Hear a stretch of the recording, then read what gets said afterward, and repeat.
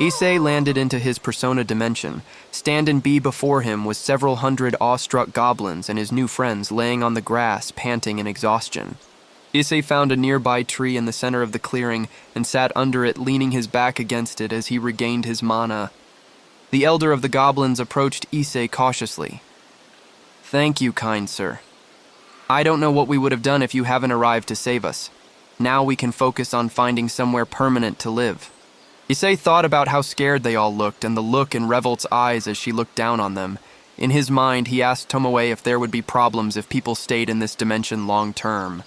Tomoe confirmed that it's actually a good thing. If he focused, he should actually feel an increase to his mana and strength from the occupation of he realm currently. Issei did as asked and agreed that he could feel it. Issei opened his eyes and smiled to the goblin, now knowing it was safe. "Why don't you just live here? My realm is safe and should have everything you should need to survive." The elder looked shocked at the offer, and his son stepped beside him in shock as he asked, "Are you sure? We won't be a bother to you?" Issei smiled and nodded. "I would be happy to have you here. In fact, I might even try to get you some neighbors eventually. After today, I don't like the idea of what those humans are doing, so my domain is happy to be your new home." The goblins thanked him over and over as they went to tell the other goblins the good news. Issei leaned back against the tree again and thought about everything. Too many people he cared about keeps getting hurt. He needed to get stronger. He then remembered the discussion Drake had with him as he was learning his Slayer magic, and he thought about Asia, and how despite being reincarnated as a demon, she was still the same Asia. "Drake, Tomoe, I think I'm ready to make the leap." Meanwhile, back at the Gremory Club room, Rias Gremory looked out her window at the now raining sky. "Oh, Issei, I hope you're okay," she said to herself. A knock on her door grabbed her attention as her queen Aquino let herself in. "Excuse me, President. We have a guest who would like to speak with you." Rias made for her desk. "Show them in." Aquino bowed and left as Rias took her seat behind her desk. Aquino returned leading unexpected company. Standing before her was her big brother and current leader of demon kind, Surzex Gremory. "Good evening, beloved sister. I hope all is well with you and your charges." Her brother smiled as he greeted his sister. "What are you doing here, brother? I mean Lord Monarch," Rias said in surprise, almost forgetting to be formal. Author's note. In my fanfiction of the Highschool DxD universe, I am restructuring the hierarchy of the realm. In the original lore, Lucifer died and they use his old titles like Satan, Lucifer, Beelzebub, and so on as titles, and I didn't really care for it. I feel that they should have a more distinguished ranking. So in my version, like the angels have archangels, the demon have monarchs, and the highest is simply referred to as High Monarch with 3 normal monarchs, then 7 demon lords of sins, and the 72 pillars. Surzex gestured for her to sit, as he took the chair across from her desk as he answered her. "I actually here on official business, unfortunately, but it is good news." "What is it?" Rias asked, now settled into her seat. "I'm here to inform you that we plan on holding a summit where the 3 heavenly factions will hold a conference to potentially discuss a treaty of peace. We intend to hold the conference here. Your abandoned schoolhouse would make the perfect tucked-away yet appropriate location for such a discussion." Rias's eyes widened in surprise. "Peace treaty? Really? That's amazing news." "Yes, it's a great opportunity to bring up a lot of concerns and topics that have been long overdue, but with any luck, we can finally bring forward peace between our kind. I will need you and your house to make preparations around the area as well as the Citri household. Monarch Leviathan is currently speaking with her sister on the matter." "Yes, sir," Rias bowed. "We will see to preparations immediately." Surzex looked to his sister and spoke in a more serious tone. "One other matter. I believe it's time to make moves to release your other bishop. It's time to strengthen your team, and he needs to become accustomed to the outside world again." Rias stiffened as her chest tightened. She put her hand over her heart as she asked, "Are you sure?" Then she realized this wasn't her brother talking, but the leader of demons. "As you wish, my lord." They finished their meeting. Surzex returned to the underworld as Rias went to work. Rias has Aquino take Asia and set up protective wards around the area and prepare the local shrine to be able to accept heavenly visitors. She sent Kiba to exchange information with the Sona and her house. Koneko went to work preparing the schoolhouse for visitors as Rias made her way to her other bishop's room. As Rias walked up the stairs and down to the end of the hall towards her other bishop, she couldn't stop the worried thoughts of Issei from flooding her heart. The last she saw him was after he calmed down from finding his friends dead in the street. He was broken up to speak to her. But his dragons explained what happened to him as she held him. She really couldn't explain why. But after he suddenly left the schoolhouse when he heard that Irina was in the hospital, Rias's chest hurt seeing the distress in his eyes. Before she could think about it, she went after him, not wanting him to be alone. She then heard him shouting, and then suddenly a roar like when he used his magic back at the abandoned church from outside the schoolyard. When she finally found him, he was on his knees crying with 2 dead teenagers in front of him. His dragons explained that the white dragon showed up and killed the 2 friends of Issei in front of him to try and invoke his balance breaker. They wouldn't say more than that. She didn't need to hear it all. She simply embraced Issei and held him close, letting him know he was not alone. Rias took Issei to the hospital where Irina was resting, so he could see she was okay and returned to take care of his friends. She used her magic to hide their encounter with the supernatural from those in the area, and made it seem like they fell of a nearby bridge and not murdered by a psychopath in armor. Unfortunately, they didn't have any traits to be able to reincarnate them as well, with as much as Issei seemed against the idea himself. She didn't think he would appreciate having his friends turned against their will. She really didn't want Issei to hate her for that. The torment of not knowing whether to help his hurt by reincarnated them and risk it, or the fear of doing so. Making him hate her for making them her servants and taking away their humanity was driving her to tears.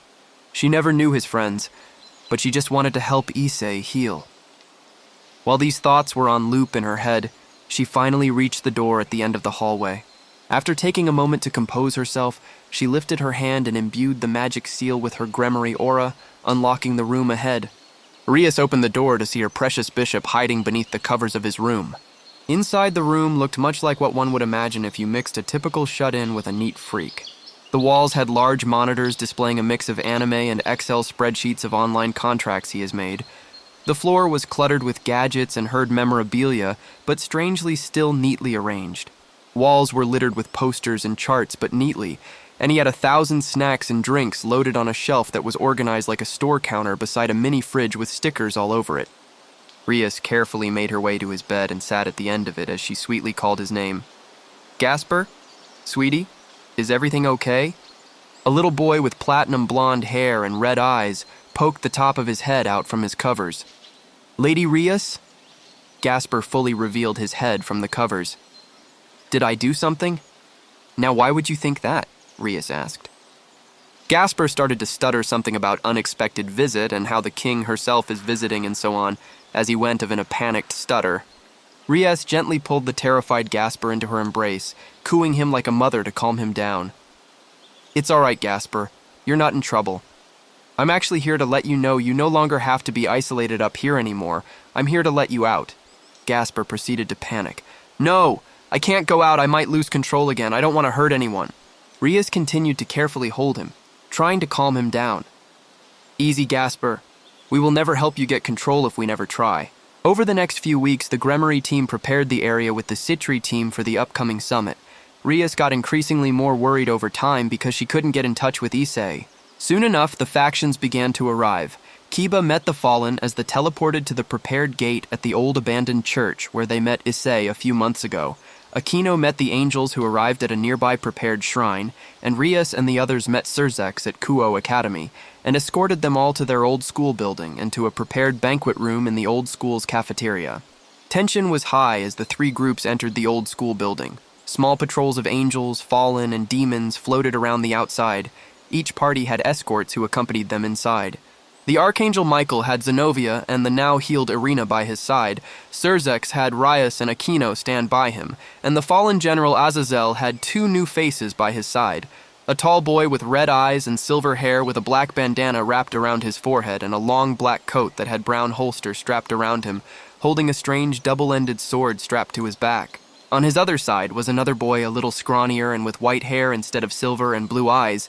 He looked to dress more simple and had burgundy slacks, a aqua blue shirt, and black long-sleeve jacket.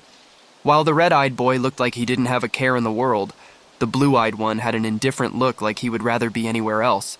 The meeting proceeded much like the anime. Topics of recent infractions from each side were discussed. Even this incident in Kuo with the Fallen and the stray priests helping the Holy Sword faction. Right as that discussion started on those matters, There was a sound of shattered glass as the barrier around Kuo broke. Alarm spells triggered and they all rushed to the windows to see what was happening.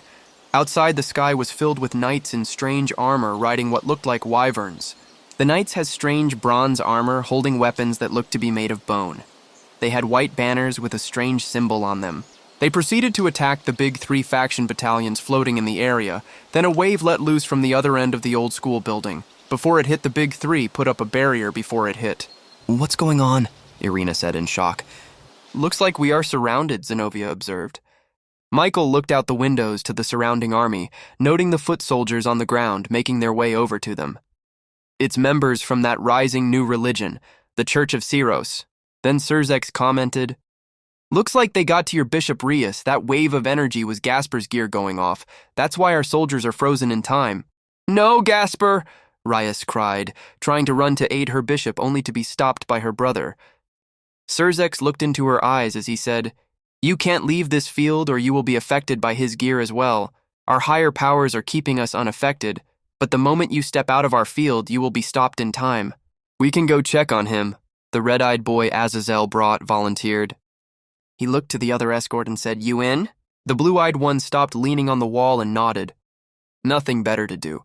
At least it'd be more interesting than a dull meeting. Michael looked from them to Azazel. "Azazel, just who are your escorts?" Azazel looked to his brother and nonchalantly answered, "My bad, I forgot to introduce them. May I introduce the blue and white Heavenal Dragon users, Crow and Valley." And at that moment, the two teleported out of the room as the group was stunned at the news. When they appeared outside, they instantly called to their Dragos, and they could hear balance break as they got covered in blue and white armor. The 2 dragons went at the enemies as the group inside discussed what was going on. "Just who are these guys?" Kaneko asked, and Surzex answered, "They are a rising power in the supernatural world that suddenly appeared 3 years ago. They worship a wyvern goddess and seem to be committed to becoming the only power around." Azazel started rubbing his chin. How did they even know we would be here today? Outside, the 2 dragons were fighting away the oncoming army until Crow made a break to the other end of the school to try and reach Gasper. Right before he could reach it, something crashed down on him, sending him to the ground. Once the dust cleared, everyone could see it was Valley.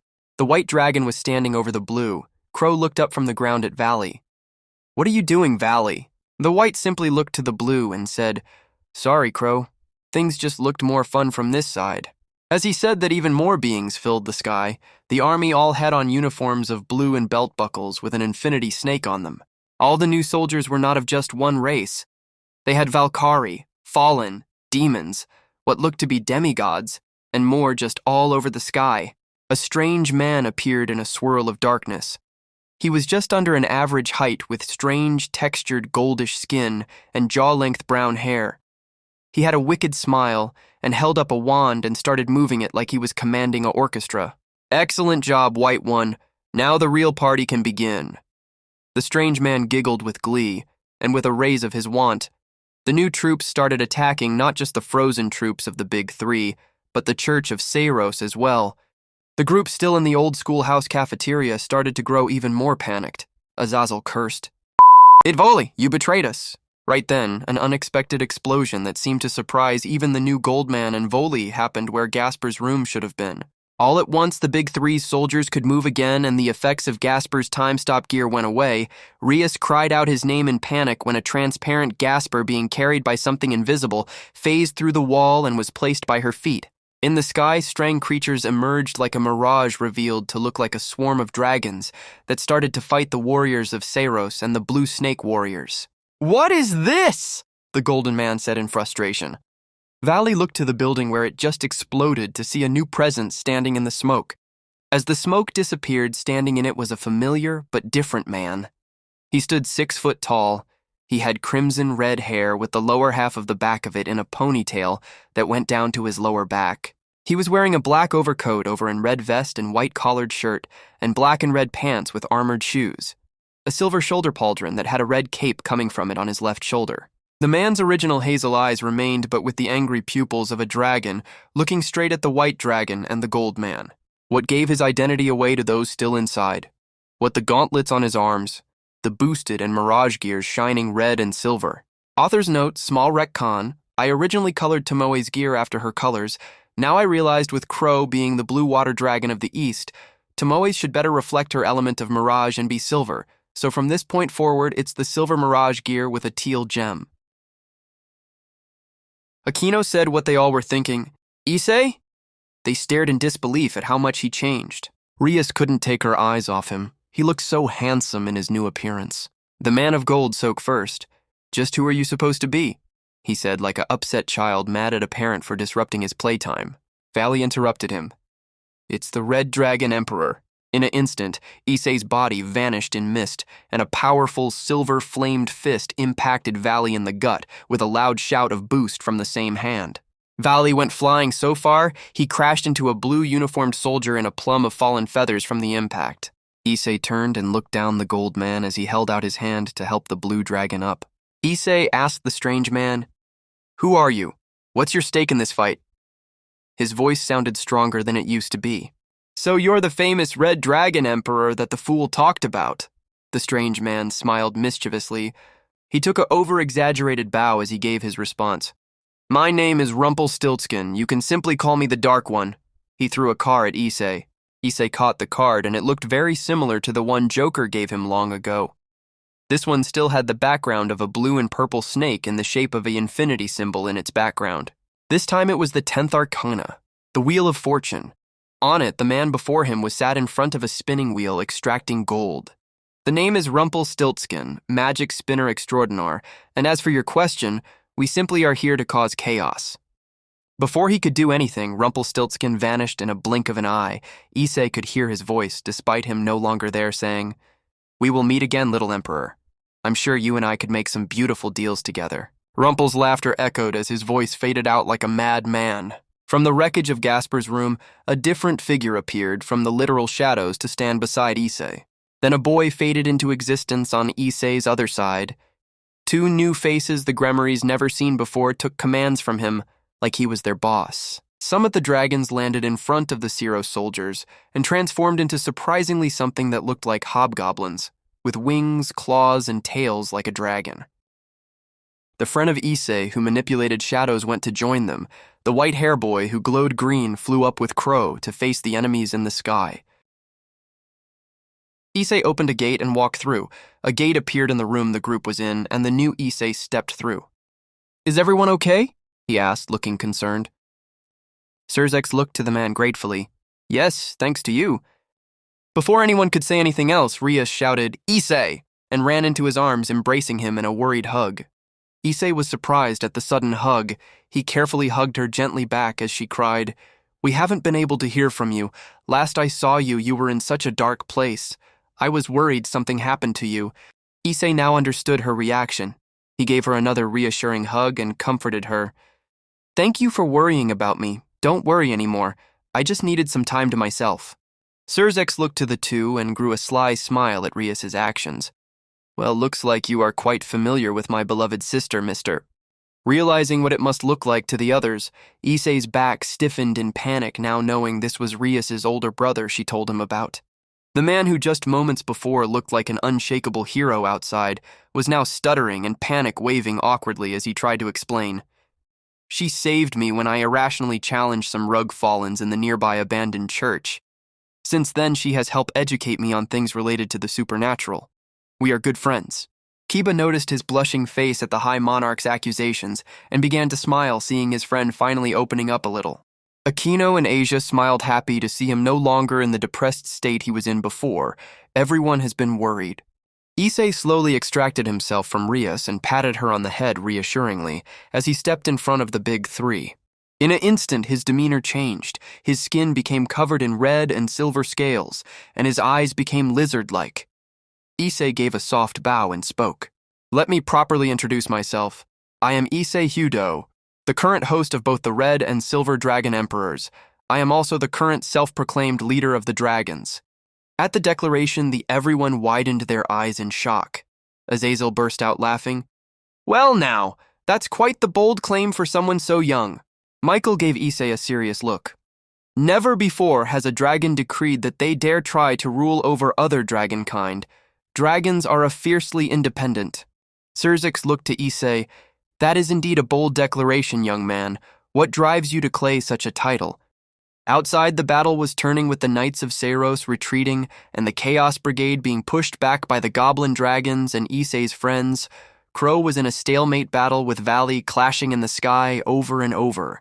Issei looked to the big three, and then to the others in the room with his eyes stopping on Arena. It's time I reveal what really happened in the gap. Issei looked back to Surzex. Before I met Tomoe, I was saved by the god dragon Bahamut, or as you call him, Great Red. Azazel looked surprised. You met Great Red outside of a dream?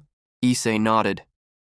While he rescued me, he warned me that his sister Oroboros was trying to free their other sibling from his cage.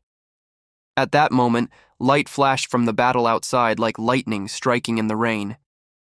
He said, in order for our future to stand a chance, our dragonkind needs to make a return, and commanded me to see to it. Issei walked to the window and continued. After the events of last week, I realized something. I wasn't strong enough to keep the people I care about safe. I was afraid to side with any faction for fear of losing my humanity. But I got to know the Gremory team here and learned, just because your body changes, your soul doesn't. It's still you. So with my dragon's help, I allowed Dragon Tomoe to transform my body completely into a dragon. With this strength, I can better protect the people I care about. Rias and Arena put hands over their hearts, thinking of how the loss of his two friends and Arena getting hurt affected him. Issei turned back to them. I used my new power to create my own realm where I have rescued creatures who have been discriminated and hunted by humans or others and welcomed them into my protection. They also willingly each consumed my scales to convert to dragons themselves and have declared me their lord, so yes, I do claim to be a real dragon emperor, one that's not just an empty title. The room fell silent at the news other than the battle outside.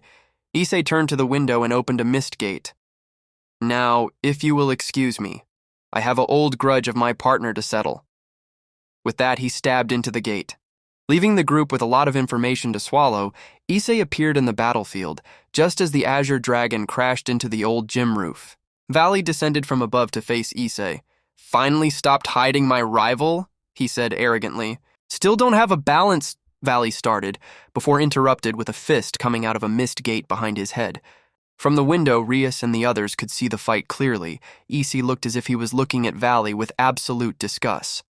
In a single moment, the boosted gear flashed on his right hand, and then his body was covered in a crimson aura that shattered like glass with a full suit of armor revealed underneath. Now standing before Valley was the crimson-armored form of the Red Dragon Emperor, his balance breaker. Crow floated up behind him as backup, but Issei held out his arm, commanding him to stay back. The two began to clash. Streams of white and red clashed over and over like thunder booming with each impact. In the fight, Issei started to understand that even the dragon's powers felt rivaled, for each boost Drag made. The white dragon who Drag informed him was named Albion, divided his energy, gore every give. Drag made Albion took. The two clashed again, and while locked in their clash, Valley began to taunt Issei. So this is the extent of the great rival I have been promised? Disappointing. A loud Devine was heard, and before Drag could compensate with a boost, Valley hit him with a roundhouse kick and sent Issei to the ground. Looks like the death of those two losers wasn't enough to drive you to rise to my level. Maybe if I push a little more. Valley turned and launched a massive bolt of lightning toward the cafeteria of the old schoolhouse where everyone was holed up. Issei's eyes, faster than the lightning, burned with rage. A mist gate boosted into existence between the building and the lightning, and a second gate opened beside Valley, making him shoot himself with his own lightning. I'm sorry, Drag, I don't think I can hold back anymore, Issei told his dragon as he dispelled his balance breaker and called his mirage gear on his left hand. Drag spoke from the boosted gear on his right hand. Don't worry, hatchling. The White One's host has flown my patience to its end as well. Tear him apart. Tomoe spoke up as well. My power is yours, love. Issei's eyes flashed back to his dragonic slits. His skin covered in scales, a tail and wings emerged from behind him. He clashed both the gears together and roared, Balance Breaker, in the voice of him and his two dragons together. His body set fire in silver flame. Ash particles floated around his body, and his very presence waved in and out of existence like a mirage. The mirage made from extreme heat. When it all died down, he no longer had his red dragon emperor armor, nor the not yet seen silver dragon's armor, but one that merged the power of both together in an armor he called out in a shout, Ashen Balance Breaker. The new knight stood floating in front of the white dragon silhouette in a mirage of heat. He summoned to his hand a tachi and engulfed it in silver flame. Valley raised his hands and blasted lightning at Issei, who vanished before it hit. All around the area, gates of mirage energy appeared, and Issei flew between them like a pinball, slashing away, not only at Valley but the enemy around them. Within minutes, the army of Oroboros fell and retreated. Valley managed to get some good hits in, but Issei never slowed down. He just kept coming. The two clashed, and Valley tried dividing again, but he was at his limit of what he could hold. Then something happened that he didn't expect. All of the dragons and Issei's mysterious allies went into one of the gates and didn't return. As they did, all of Issei's gems began to glow. Issei caught on to the fact Valley hit his limit and began to transfer some of his energy to Valley's armor, and sure enough, it broke. But instead of looking angry or defeated, Valley looked happy and hungry. Yes! This is the fight I wanted. Let's see if you can handle more. He began to chant, but before he could finish, Rumpelstiltskin appeared behind him and waved his hand at Valley's head, and Valley fell asleep and fell into Rumpel's arms. No, not the time for that, you gecko. For such a scrawny form, he lifted Valley easily onto his shoulder like a sack of potatoes and bowed to Issei. You win this bout, Ashen Dragon. We will see you again, ta-ta. And with that, they vanished.